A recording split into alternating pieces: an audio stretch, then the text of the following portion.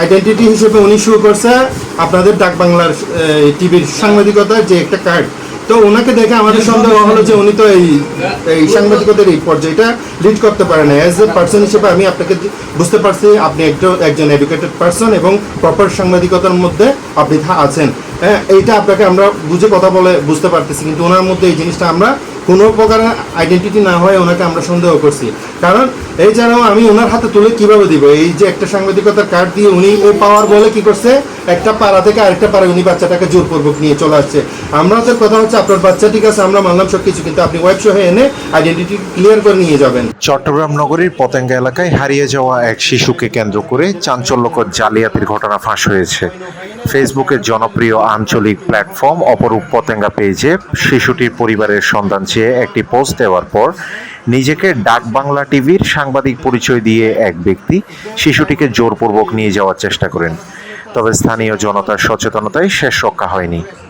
আমাদের অনুসন্ধানে দেখা যায় কাঠগড় হিন্দুপাড়ার ১ নং গলিতে একটি শিশু হারিয়ে গেলে সামাজিক দায়বদ্ধতা থেকে অপরূপ পতেঙ্গা নামের ফেসবুক পেজে শিশুটির ছবিসহ একটি নিখোঁজ বিজ্ঞপ্তি প্রকাশ হয়।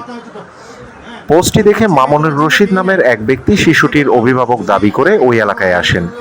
তবে সাধারণ অভিভাবকদের মতো আচরণ না করে তিনি নিজেকে ডাক বাংলা টিভির সাংবাদিক পরিচয় দেন এবং গলায় সাংবাদিকের আইডি কার্ড ঝুলিয়ে উপস্থিত লোকজনের উপর প্রভাব বিস্তার করে জোরপূর্বক শিশুটিকে নিয়ে যাওয়ার চেষ্টা করেন।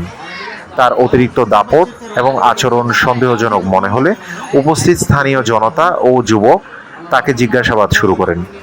সাংবাদিকতা ও তার কথিত নিউজ চ্যানেল নিয়ে একের পর এক প্রশ্নের মুখে মামুনুর রশিদ ভড়কে যান এবং অসংলগ্ন কথাবার্তা বলতে শুরু করেন। এক পর্যায়ে গণজেরার মুখে তিনি স্বীকার করতে বাধ্য হন যে তিনি মাত্র ৮ম শ্রেণী পাশ এবং পেশায় মূলত একজন রাজমিস্ত্রি। স্থানীয়দের দীর্ঘ জিজ্ঞাসাবাদের পর আরও একটি চাঞ্চল্যকর তথ্য বেরিয়ে আসে।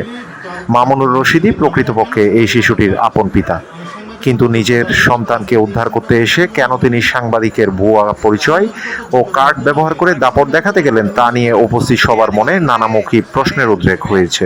স্থানীয়দের ধারণা এলাকায় প্রভাব খাটাতে এবং সাধারণ মানুষকে ভয় দেখাতেই তিনি এই ভুয়া আইডি কার্ডটি তৈরি করেছিলেন। কারণ হাসপাতালে কিন্তু পুরো মিস্ত্রি অনেক সাংবাদিক পরিচয় দিয়ে পাওয়ার বলে অনেক হোটেলে ছিলেন নিচের তো ১ নম্বর হিন্দুপাড়া ১ নম্বর গলির তো হিন্দুপাড়া ২ নম্বর গলির সাইকেলার দিদি বাচ্চা লয়ে চলেছ আমি বাচ্চা বেশি তো অন্য পরিচয় দিয়ে নে ইতার তো লয়ে যেতে অনেক তার কাছে পরবর্তী যাইতেন বাপ পরিচয় দিয়ে নে তাহলে ইতার কাছে যদি অন্য ইতার অনেক